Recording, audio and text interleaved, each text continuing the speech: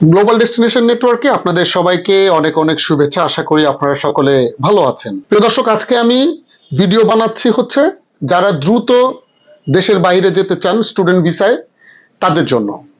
Student ভিসায় যদি কেউ দ্রুত যেতে চান বাংলাদেশ থেকে উচ্চশিক্ষার্থে, তাহলে সেক্ষেত্রে আপনারা আমাদের সাথে যোগাযোগ করতে পারেন। আমাদের প্রতিষ্ঠানের ঠিকানা 3336 মহাখালী আমতলী, লিফটের 4-এ।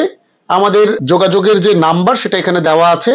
আমাদের প্রতিষ্ঠানের নাম হচ্ছে গ্লোবাল ডেস্টিনেশন নেটওয়ার্ক। দর্শক, যারা দ্রুত স্টুডেন্ট ভিসা নিয়ে মালয়েশিয়াতে বর্তমানে diploma, bachelor, post graduation, PhD, post graduation আমরা এমবিএ ধরছি, এমবিএ, পিএইচডি, এই সমস্ত কোর্সে যারা দ্রুত সময়ে ভিসা নিয়ে যেতে চান আমাদের সাথে যোগাযোগ করবেন।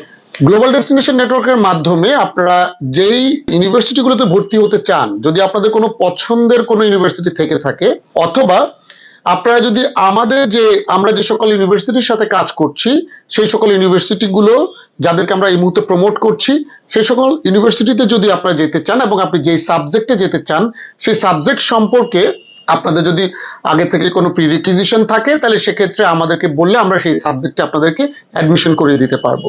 এছাড়াও অনেকে আছেন যারা স্পেসিফাইড ইউনিভার্সিটি চান, যে ইউনিভার্সিটির খরচটাও আপনাদের আসলে সাধ্যের মধ্যে থাকতে হবে। তো মোটামুটি মালয়েশিয়ার অ্যাভারেজ ইউনিভার্সিটিগুলোই কিন্তু আমাদের বাঙালি স্টুডেন্টদের কিন্তু সাধ্যের মধ্যে থাকে।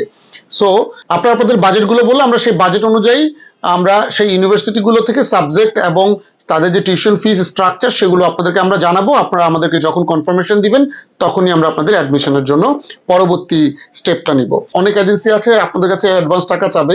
আসলে অ্যাডমিশনের পরে আপনি যে টাকাটা দিবেন সেটা আপনি চাইলে আপনার স্টুডেন্ট অ্যাকাউন্ট থেকে বা আপনার ফ্যামিলির যে কোনো অ্যাকাউন্ট থেকে কিন্তু আপনার টাকাটা কিন্তু মালয়েশিয়াতে সেই ইউনিভার্সিটিতে নিজে সেন্ড করতে পারবেন। যদি আপনারা মনে করেন যে আপনাদের কোনো কার্ড আছে, আপনার কার্ড দিয়েও কিন্তু পেমেন্ট করতে পারবেন। ব্যাংক থেকে সরাসরি ট্রান্সফার করতে পারেন, অথবা ব্যাংকের যে কার্ড আছে সেই কার্ডের মাধ্যমে কিন্তু আপনারা আপনাদের টাকাটা কিন্তু পেমেন্ট করতে পারবেন ইউনিভার্সিটির সাইটে গিয়ে।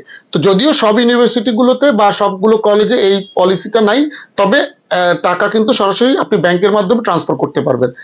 যারা আপনারা পারবেন না তারা কিন্তু আমাদের সহায়তা নিতে পারেন, আমরা আপনাদেরকে সহযোগিতা করতে পারবো।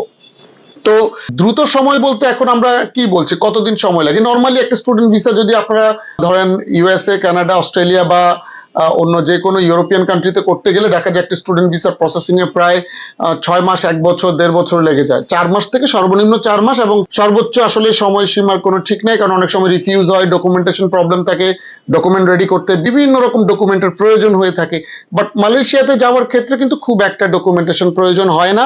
আপনার পাসপোর্ট, আপনার সার্টিফিকেটস এবং আপনার হচ্ছে ছবি, এই 3টা জিনিসই কিন্তু মূলত লাগে। আর যে এমওআই বা আপনার যদি আইএলটিএস না থাকে তাহলে সেক্ষেত্রে আপনার ইউনিভার্সিটি থেকে আপনাকে এমওআইটা নিতে হবে।